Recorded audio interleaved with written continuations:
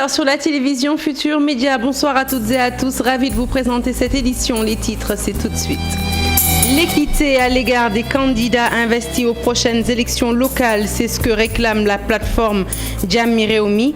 Elle s'insurge contre l'arrestation de Barthélémy Dias par la police et appelle l'autorité administrative à plus de retenue. Vous entendrez son coordonnateur Babacar Gueye dans cette édition. Plus de 800 Sénégalais à la quête d'un Eldorado hypothétique ont péri en mer en 2020. Des chiffres révélés par le comité de lutte contre l'immigration clandestine. Le SILEC annonce l'installation de bureaux d'orientation à l'échelle territoriale et notamment dans la région de Saint-Louis, point de départ de nombreuses embarcations de fortune en direction de l'Europe. Les bonnes feuilles de la rédaction, votre rubrique littéraire jette un regard sur l'actualité politique. L'ouvrage intitulé L'histoire politique et électorale du Sénégal, l'éternel recommencement, propose un diagnostic sans complaisance de l'histoire électorale du Sénégal, des indépendances à nos jours. AS Pikine, Guédiawaye FC, l'affiche alléchante pour ouvrir la saison de la Ligue Pro ce samedi. Une saison marquée par des innovations, notamment au niveau de l'organisation, lesquelles, rendez-vous tout à l'heure, ce sera dans la page des sports. Voilà pour les titres, le développement, c'est tout de suite.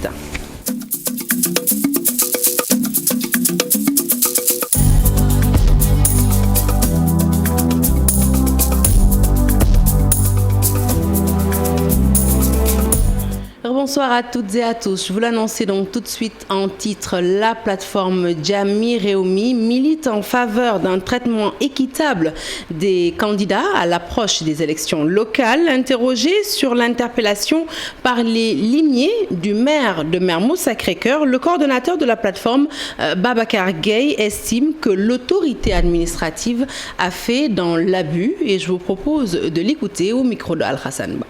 Encore en campagne électorale, normalement, on est dans une période pré-électorale et donc ce sont les règles relatives aux libertés publiques d'une manière générale qui s'appliquent. Donc les libertés publiques veulent que l'individu soit libre d'aller où il veut, de sortir, d'aller se promener à sa guise. Maintenant, l'exception, c'est lorsqu'il y a un risque de trouble à l'ordre public. Eh bien, à ce moment-là, les forces de l'ordre peuvent interdire telle ou telle manifestation, tel ou tel agissement. Mais je ne suis pas certain que... Enfin, j'ai regardé les images. Je ne suis pas certain à 100% qu'il y avait vraiment trouble à l'ordre public. Maintenant, je crois qu'il faut autant que possible faire en sorte que tous les acteurs, parce que nous sommes dans une période assez sensible, que tous les acteurs soient traités de manière équitable. Voilà. Si on accepte quelque chose pour une partie, que l'on l'accepte pour l'autre partie, ou alors on l'interdit pour tout le monde. Et nous restons avec Jammi Réumi qui justement prévoit la mise en place d'une charte pour contrecarrer la violence qui s'invite au sein de l'espace politique. Plus de 40 organisations de la société civile composent cette plateforme qui va mener des études autour des principaux déterminants de la violence. Jammi Réumi attend néanmoins des populations mais aussi des acteurs politiques qu'ils s'approprient le code électoral sénégalais. Le compte-rendu est signé Al-Hassan Ba et Mardian. La société civile ne veut plus entendre parler de violence dans l'espace politique et au-delà même. Jammi Réumi, regroupant une quarantaine d'organisations de la société civile, essaye d'apporter des réponses structurelles à la violence. Une étude a permis de comprendre les différents déterminants. Quand on voit, par exemple, une inégale distribution des ressources, ça peut générer une violence. C'est ce qu'on appelle les déterminants socio-économiques. Quand on voit une justice à géométrie variable, une police qui mate de l'opposant, quand on voit les intimidations, ça peut être des violences, des déterminants d'ordre institutionnel. Il y a les déterminants géoculturels liés aux disparités territoriales. Maintenant, il y a les déterminants politiques. Une charte sera établie et elle sera soumise à tous les segments de la société. Selon Moundiaye Cissé, la première charte constitue le code électoral.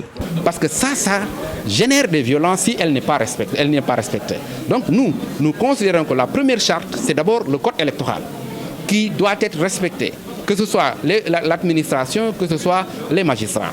Maintenant, cette charte-là, ça doit être juste une charte complémentaire qui permet de dérouler les élections sans violence.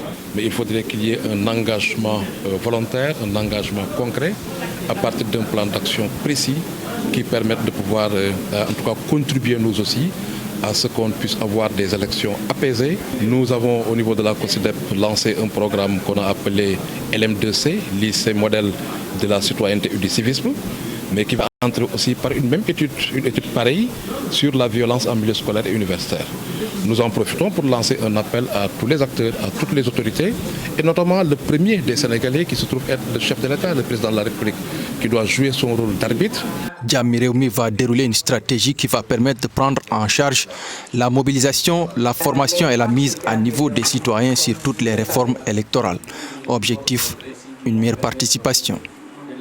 Allez, reparlons à présent du trafic de passeports diplomatiques impliquant des membres du groupe Y'en a marre, entre autres Kilifeu et Simon.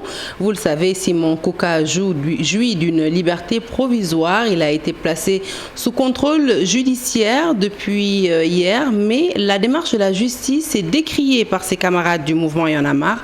Alioune Sané et Tchat décrit la manière dont la justice pilote cette affaire et surtout le refus d'accorder une liberté provisoire également à Kilifeu. Des manifestations dans les jours à venir sont annoncées pour dénoncer ce qu'ils considèrent comme étant de mauvais agissements de la justice. Aminata Mbaresso.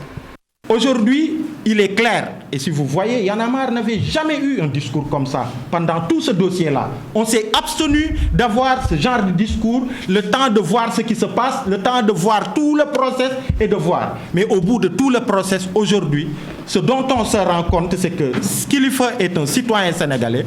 Le juge d'instruction l'a entendu. Il a présenté toutes les garanties pour bénéficier d'une liberté provisoire.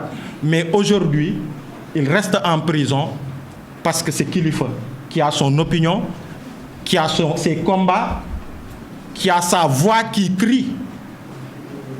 Et c'est ça le problème. Kilifeu est devenu otage d'une justice revancharde qui est manipulée par la politique pour garder Kilifeu en détention, pour que ça serve d'exemple, vu les échéances vers lesquelles nous allons. Plus de 800 âmes ont péri dans l'Atlantique en 2020, des chiffres révélés par le Comité international de lutte contre l'immigration clandestine. Révolté par ce fléau qui prend de l'ampleur, le SILEC veut prendre le taureau par les cornes, et ce, en installant des bureaux de prévention et d'orientation dans les 14 régions du pays. Ami Faye et Diafaraba pour les détails. Au Sénégal, beaucoup sont les jeunes qui empruntent la mer, voire la route, chaque année pour rallier l'Europe. Cette forme de migration irrégulière constitue une préoccupation majeure. Le Comité international de lutte contre l'immigration clandestine lance ses activités pour stopper le fléau. Les migrations irrégulières interpellent toute la communauté internationale. Cela au moins pour deux raisons. D'une part, il y a la protection juridique et humanitaire des candidats à l'exode, qui sont de plus en plus vulnérables, mais d'autre part, la nécessaire collaboration entre les pays de transit et d'accueil qui sont tous concernés par ce phénomène. Et pourtant, le taux d'exode régulier est important, affirme le ministre de l'Intérieur qui a présidé la cérémonie.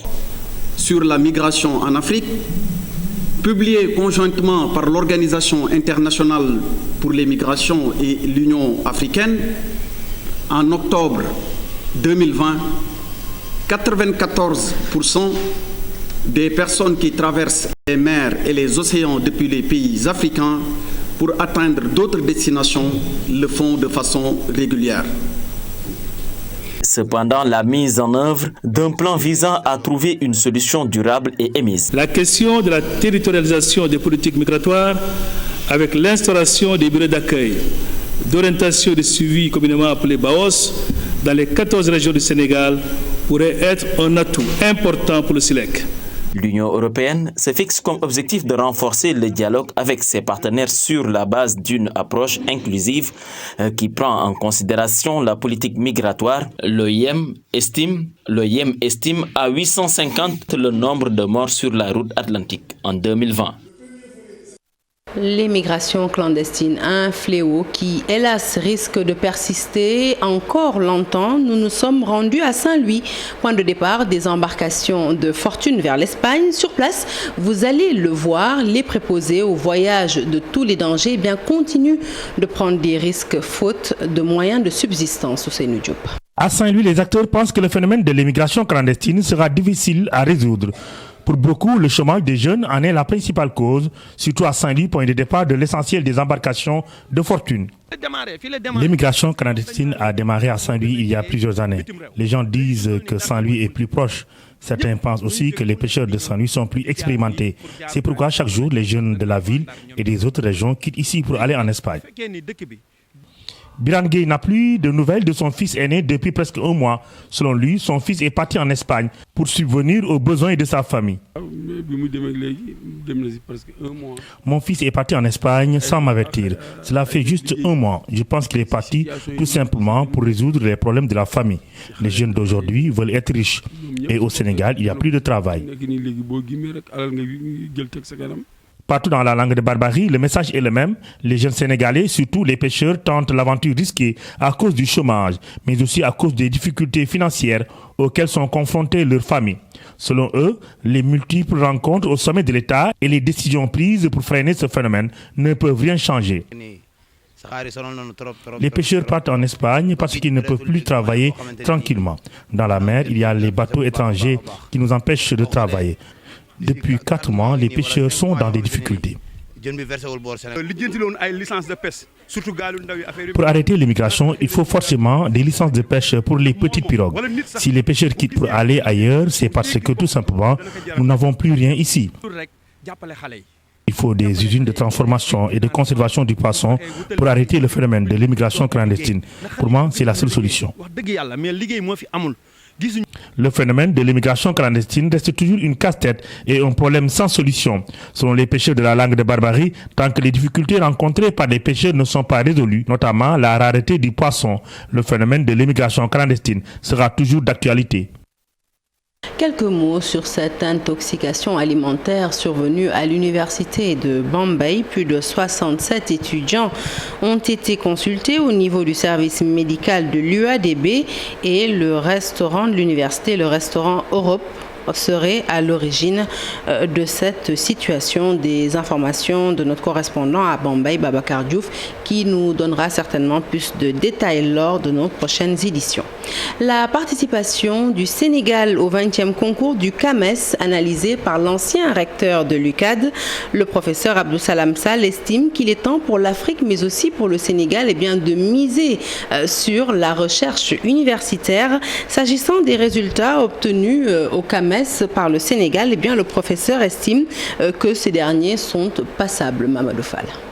La participation du Sénégal au 20e concours d'agrégation des sciences juridiques, politiques, économiques et des gestions SJPEG du Conseil africain et malgache pour l'enseignement supérieur CAMES n'est pourtant pas si fameuse selon l'ancien recteur de l'UCAD. Pour Abdou Salam Sall, un filtre suffisait pour éviter l'ajournement de certains candidats. Il appartient aux responsables de cette préparation de pouvoir apprécier le degré de préparation et de maturité des impétrants et clairement de pouvoir dire à la personne, surtout que si c'est les titres et travaux. Les titres et travaux, ce sont vos propres résultats. Si vous les présentez bien, d'abord en nombre, ça doit passer, et deuxièmement, vous devez les maîtriser. Et donc c'est une répétition. Si vous êtes prêt, on vous dit, ok, ça on peut essayer, ça va marcher. Parce que d'habitude, on ne nous éliminait pas au titre des travaux. Parce que ça, on le vérifiait. Pour cette année-ci, le privé sénégalais s'est distingué de plus belle manière. Un fait inédit, pour la première fois, un établissement privé envoie quelqu'un au concours. Et il réussit, c'est le CESAC. Nous ne sommes pas contre l'enseignement supérieur privé. Mais l'enseignement supérieur privé doit avoir son personnel académique propre. Pour Abdussalam Sall, l'Afrique doit se concentrer davantage sur les recherches universitaires afin de combler le gap. Le financement de la recherche aux États-Unis, à la National Science Foundation, c'est des milliards de dollars. Ici, il n'y a pas de fonds spécifiques dédiés à la recherche. Il y a 2 outils qu'on a, c'est les voyages d'études au niveau du Sénégal, ce qui permet au Sénégal de maintenir son rang. Mais au niveau endogène, on n'a pas... Il y a un petit fonds compétitif qui est le FEUS, mais il n'y a pas de fonds pour financer. Si vous regardez la nomenclature budgétaire au niveau des universités, il n'y a aucune ligne dédiée à la recherche. Et ça, c'est impossible si on est dans l'enseignement supérieur. Donc il faut que l'Afrique se rattrape. Pour rappel, seuls 2 candidats sénégalais en droit ont réussi au concours sur un total de 9. Les publicistes sont rentrés bredouilles. Pour l'ancien recteur, la solution, c'est financer les recherches.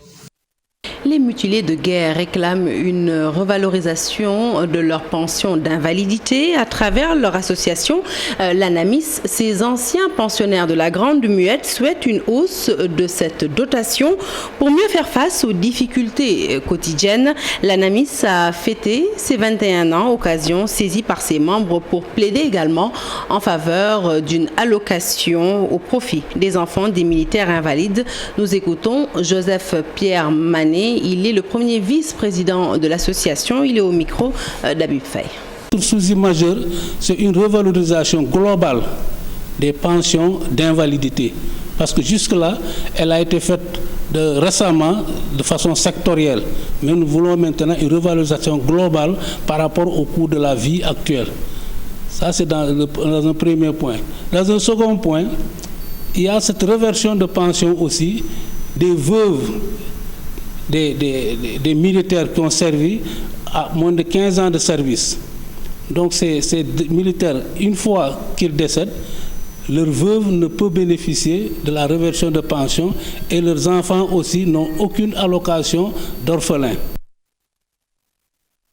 Fini le calvaire des producteurs horticoles et des commerçants de la zone des Niayes. Leurs provisions qui jadis pourrissaient dans les périmètres maraîchers faute de conservation seront désormais préservées. L'État vient de mettre à leur disposition des chambres froides. Ces dernières se trouvent au niveau du marché d'intérêt national situé à Diamniadio, Charanta Diop. D'abord, ensuite, nous nous sommes rendus dans plusieurs périmètres maraîchers de la zone des Niayes. La campagne agricole se prépare, raison pour laquelle le directeur général du marché d'intérêt national est venu s'enquérir de la situation et propose des pistes de solutions pour éviter la surproduction et les légumes qui pourrissent dans les champs après récolte. Aujourd'hui, le marché, c'est le plus grand marché du genre en Afrique de l'Ouest. C'est une première d'ailleurs. Il fait 35 hectares. C'est un marché qui a 65 magasins avec des chambres froides, 72 magasins sans chambres froides, qui a des chambres froides communes de 750 mètres carrés. En tout cas, si on évalue la capacité de tonnage du marché d'intérêt national, on est à plus de 15 500 tonnes en termes de capacité. Et puis c'est un marché moderne. Des producteurs agricoles s'en félicitent. Pour eux, le marché d'intérêt national va impacter positivement la commercialisation des produits horticoles. Nous sommes en train de préparer la campagne horticole. Et on ne peut pas avoir une souveraineté alimentaire sans que la production n'est pas bien conservée. Le marché international de Diamniadio va nous permettre de réussir beaucoup de choses. C'est un marché qui est venu à son heure parce que c'est sur demande des producteurs. Parce que, comme vous le savez, il y a des marchés un peu partout et des marchés qui sont dispersés. Vraiment, les conditions d'hygiène et de salubrité ne répondent pas. Si toutefois nous avons ce marché d'intérêt national, ça va nous permettre de servir le marché national et tendre vers l'exportation. L'ouverture du marché d'intérêt national se fera en janvier, comme le veut le chef de l'État, Macky Sall. Un an après un incendie d'une rare violence qui l'a ravagé, le marché aux Casses de Touba, toujours en état de délabrement, ces pensionnaires qui regrettent le fait que les autorités n'aient pas toujours tenu promesse, continuent tout de même à réclamer la modernisation du principal marché de la ville sainte. Les détails, c'est avec Pape Balagay et à l'Assemblée. La nuit du 16 au 17 novembre 2020 gravée à jamais dans l'esprit des commerçants du marché aux Casses de Touba. Plus de 10 centres commerciaux et des centaines de cantines remplies de marchandises et les pertes évaluées à plus d'1 milliard. Un an après le sinistre, les stigmates encore visibles sur les murs. Une occasion pour l'Association des commerçants et industriels du Sénégal d'interpeller les autorités pour le respect des engagements pris. C'est dommage, c'est très dommage que vraiment que l'on retrouve la même situation ou même pire qu'avant l'incendie. Aujourd'hui, la situation est très dangereuse, telle que si aujourd'hui une nouvelle incendie serait déclarée ici au marché aux Casses, il y aura plus de dégâts qu'il était parce que la situation est intenable actuellement. Et que tout cela, c'est de l'inaction des autorités qui avaient fait des déclarations et des promesses, donc allant dans le sens de reconstruire, rétablir donc l'ordre dans le marché, notamment le marché aux Casses, mais ils n'ont tenu aucune de ces promesses. Il y avait la Sénélec qui avait promis de revoir les installations ici, mais malheureusement rien n'a été fait. Les autorités administratives avaient également engagé des réformes et des infrastructures pour moderniser le marché, mais malheureusement rien n'a été fait jusque-là.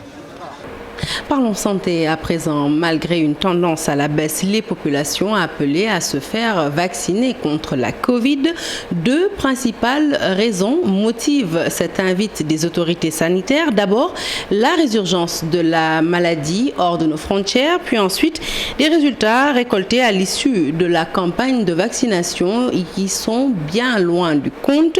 Depuis le 15 novembre dernier, sachez que le Sénégal a en tout cas reçu plus de 250 000 doses de vaccins Pfizer-BioNTech. Marcel Farvamaron nous en dit plus. Plus d'1 300 000 personnes ont eu à se vacciner contre le Covid-19 au Sénégal, soit 5,3% de la population nationale. Un chiffre encore très loin de l'objectif du gouvernement qui est d'atteindre 9 millions de Sénégalais. Il y a une campagne qui est très active au niveau national et que de ce point de vue-là, elle progresse. On souhaiterait qu'elle progresse plus vite, mais le fait qu'on ait moins de Covid en ce moment fait que peut-être il y a une moins bonne mobilisation. Donc je profite de cette opportunité pour demander aux populations qui ne sont pas vaccinées, pour celles qui doivent compléter leur vaccination, de le faire dans les meilleurs délais. Cela est important pour notre sécurité individuelle, notre sécurité collective. Une sécurité collective pas encore menacée à ce stade. À titre d'exemple, les résultats des examens virologiques effectués mercredi par le ministère de la Santé et de l'Action sociale reçus ce jeudi font état de 2 cas positifs sur 1144 tests réalisés. Plus globalement, cette tendance baissière est observée ces dernières semaines, mais il ne faudrait pas pour autant baisser la garde au moment où les mesures barrières sont rarement respectées. Il y a d'autres pays déjà qui y sont. Pour l'instant, le Sénégal ne connaît pas de 4e vague. Toutes les mesures sont prises pour qu'on n'y arrive pas, mais c'est une option qu'il ne faut pas exclure. D'où la nécessité de renforcer les mesures en permanence. Pour sa part, l'Institut Pasteur a procédé au lancement du Centre africain de résilience aux épidémies. Objectif, développer le capital humain, la recherche en sciences des données et santé digitale et à l'innovation pour mieux lutter contre les épidémies en général. Et puis sachez que le ministre de l'Intérieur vient de proroger par arrêté le port obligatoire du masque. Voilà ce que dit en substance le communiqué et prorogé pour une nouvelle période de 3 mois l'arrêté numéro 17602 du 29 avril 2021 prescrivant le port obligatoire de masques de protection dans les lieux publics et privés ci-après la voie publique, les services de l'administration publique, quel qu'en soit le mode de gestion, les services du secteur privé, les lieux de commerce, les moyens de transport public, les moyens de transport privé transportant au moins 2 personnes. Article 2, le présent arrêté sera publié au journal officiel. Alors donc un arrêté signé le ministre de l'Intérieur Antoine Félix Diome. Parlons à présent de cette visite du Khalife général de Medina Baye à Dakar. Pendant 5 jours, Cheikh Mohamedoul Mahi Al-Ibrahim va échanger avec les fidèles sur la tariqa.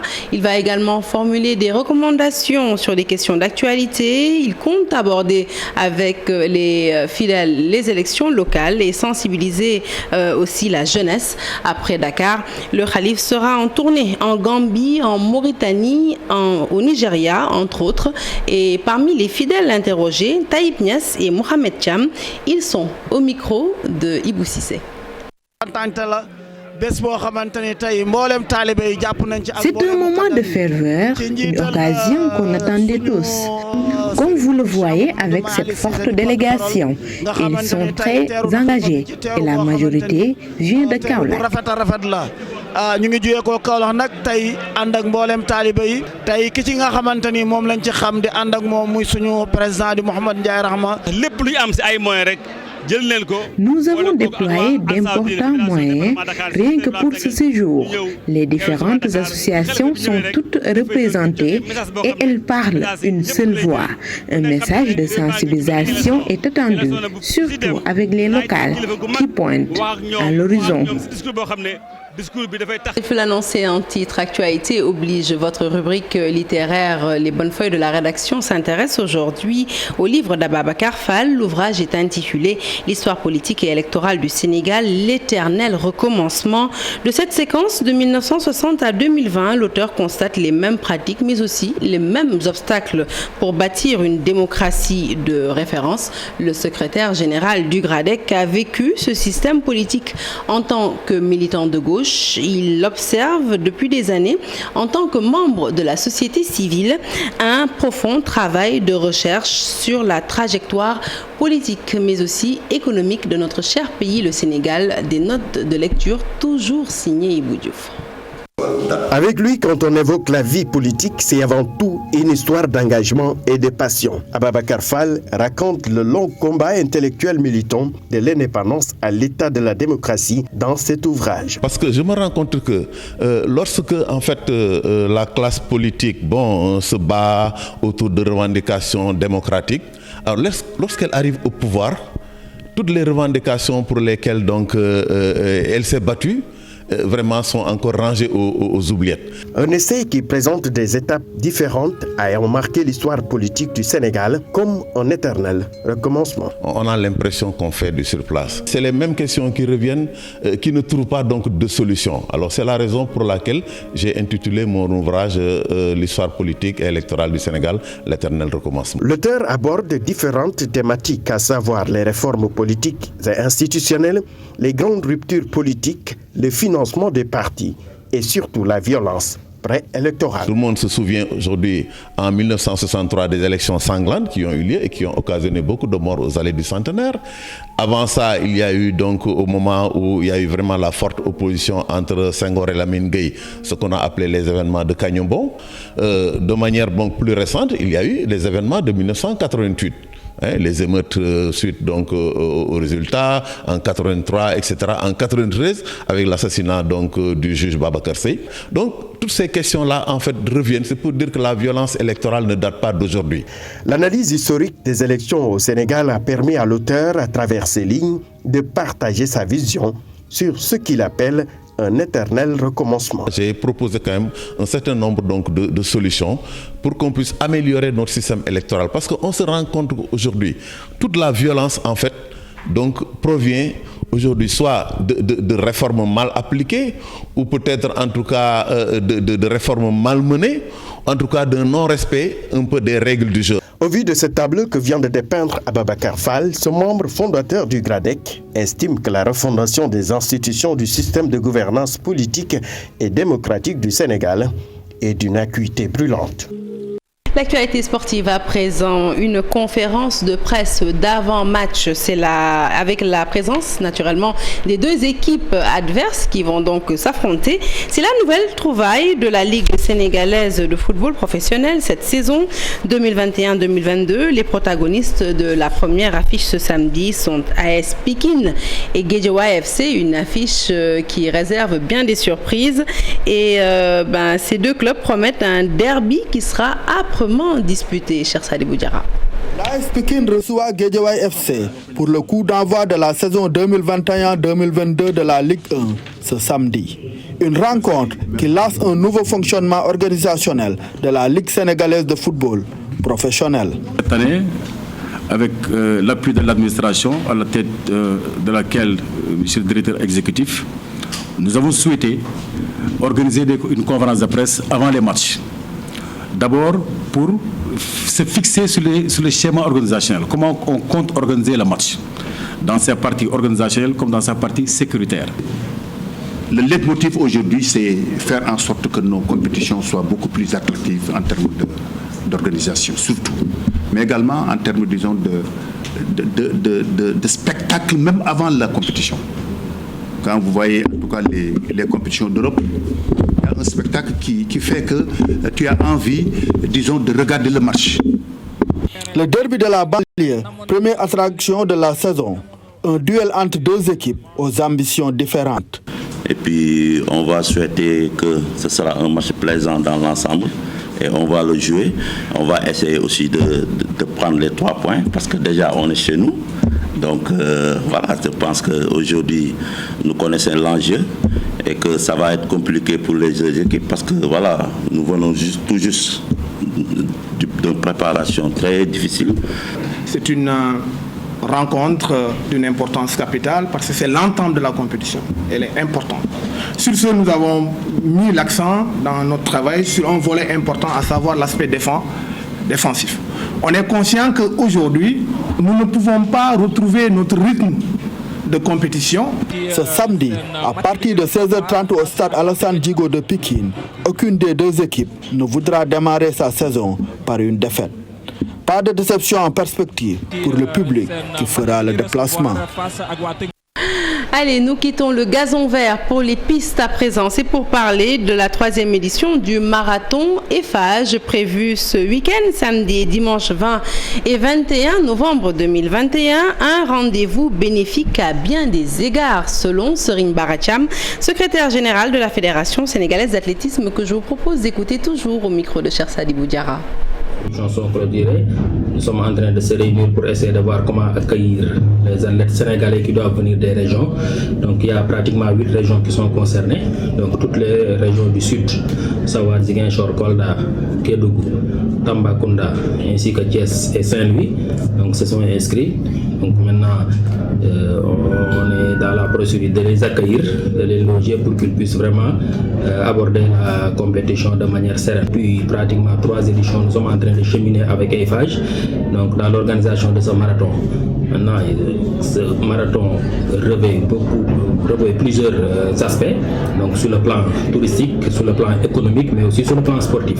Donc nous allons communier le temps d'un week-end, donc avec les Dakarois, nous allons organiser une compétition à travers les villes, le semi-marathon, le marathon, la randonnée pédestre, ainsi que le Kids Stadium, qui va intéresser nécessairement les enfants, donc de tout âge pratiquement, donc à partir de 3 ans jusqu'à 10 ans. Les ateliers seront mis sur place pour leur permettre vraiment de titiller un peu l'athlétisme.